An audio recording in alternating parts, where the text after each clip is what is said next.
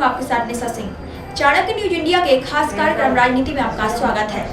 राजनीति में आज हम बात करेंगे महाराष्ट्र में हुई प्रेस कॉन्फ्रेंस के बारे में, जिसमें देवेंद्र फडणवीस बोले, अमित शाह से मेरी कोई शिकायत नहीं हुई, शिंदे से विवाद की खबरें गलत, संजय राउत कहानी लिखने में सलीम जावेद से कंपटीशन कर रहे। महाराष्ट्र के मुख्यमंत्री देवेंद्र फडणवीस ने डिप्टी सीएम एकनाथ शिंदे से विवाद की खबरों से इनकार किया है।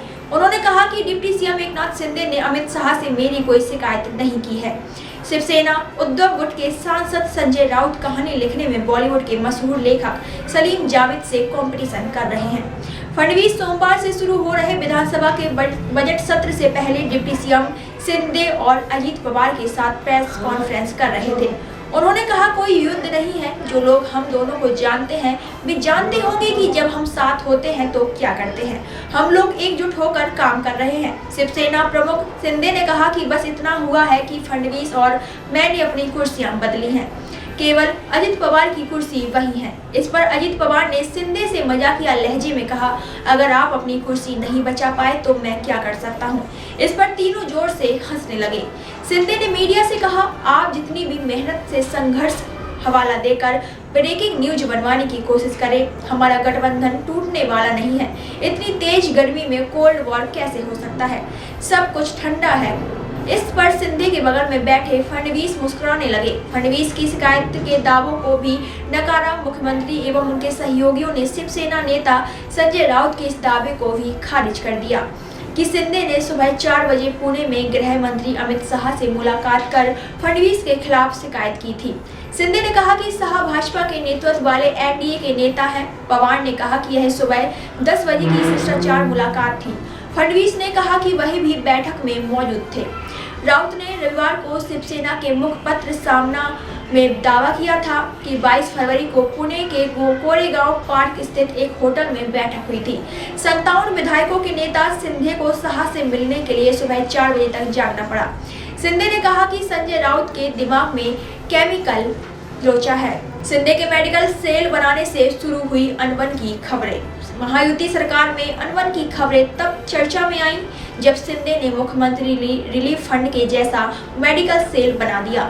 शिंदे के इस कदम को लेकर विपक्ष ने सवाल उठाए थे। शिंदे ने मंगलवार को कहा कि यह नया सेल किसी कंपटीशन व्यवस्था के रूप में नहीं, बल्कि मुख्यमंत्री के वॉर रूम के साथ मिलकर काम करेगा, ताकि मरीजों को बेहतर सेवाएं मिल सके। 21 फरवरी को शिंदे ने कहा कि मुझे हल्के में ना लें। जिन्होंने 2022 में मुझे हल्के में लिया, मैंने उनकी सरकार ही बदल दी थी और डबल इंजन की सरकार लेकर आए थे, इसलिए मेरी बात को गंभीरता से लें। विधानसभा में अपने पहले भाषण में मैंने कहा था कि महायुति को 200 से ज्यादा सीटें मिलेंगी और हमें 232 सीटें मिली, इसलिए मुझे हल्के में ना लें। फडणवीस ने भी विवाद को खारिज किया। मुख्यमंत्री देवेंद्र फडणवीस ने भी मतभेद की खबरों को खारिज कर दिया है। उन्होंने कहा कि इस तरह के सेल का गठबंधन कोई गलत नहीं, क्योंकि इसका मकसद जरूरतमंद लोगों की मदद करना है। जब मैं उप मुख्यमंत्री था तब मैंने भी इसी तरह का सेल बनाया था। फडणवीस ने उन रिपोर्टों को खारिज कर दिया जिसमें दावा किया गया था कि उन्होंने अपने पूर्ववर्ती शिंदे सरकार द्वारा लिए गए निर्णयों पर रोक लगाई है। उन्होंने कहा, मैंने शिंदे द्वारा लिए गए किसी भी निर्णय पर रोक नहीं लगाई है। महाराष्ट्र विधानसभा का बजट सत्र आज से शुरू होगा। इस सत्र में 2025-26 का बजट 10 मार्च को पेश किया जाएगा। इस दिन फडणवीस सरकार के 100 दिन भी पूरे हो रहे हैं। विपक्ष का आरोप, राज्य में दोहरी सरकार चल रही है। शिंदे की यह सफाई विपक्षी दलों के आरोपों के बाद आई है, जिसमें शिवसेना के सांसद संजय राउत ने दावा किया था कि राज्य में समानांतर सरकार चलाई जा रही है। राउत ने कहा, अगर सरकार इसी तरह चलती रही तो महाराष्ट्र में राजनीतिक अस्थिरता और बढ़ेगी। डिप्टी सीएम शिंदे ने 17 फरवरी को उद्योग विभाग की रिव्यू मीटिंग की। उद्योग मंत्रालय शिंदे के पास है। इस विभाग की रिव्यू मीटिंग जनवरी में सीएम फडणवीस ने भी की थी, तब उसमें एकनाथ शिंदे शामिल नहीं हुए थे। 12 फरवरी को सीएम ने 2027 में होने वाले नासिक कुंभ की तैयारियों को लेकर बैठक बुलाई थी, उसमें भी शिंदे शामिल नहीं हुए थे। शिंदे ने कुंभ की तैयारियों की अलग से बैठक 14 फरवरी को की थी। सीनियर सरकारी अधिकारियों के अनुसार मुख्यमंत्री और उप मुख्यमंत्री की ओर से अलग अलग बैठक करने से कामकाज में दोहराव हो रहा है।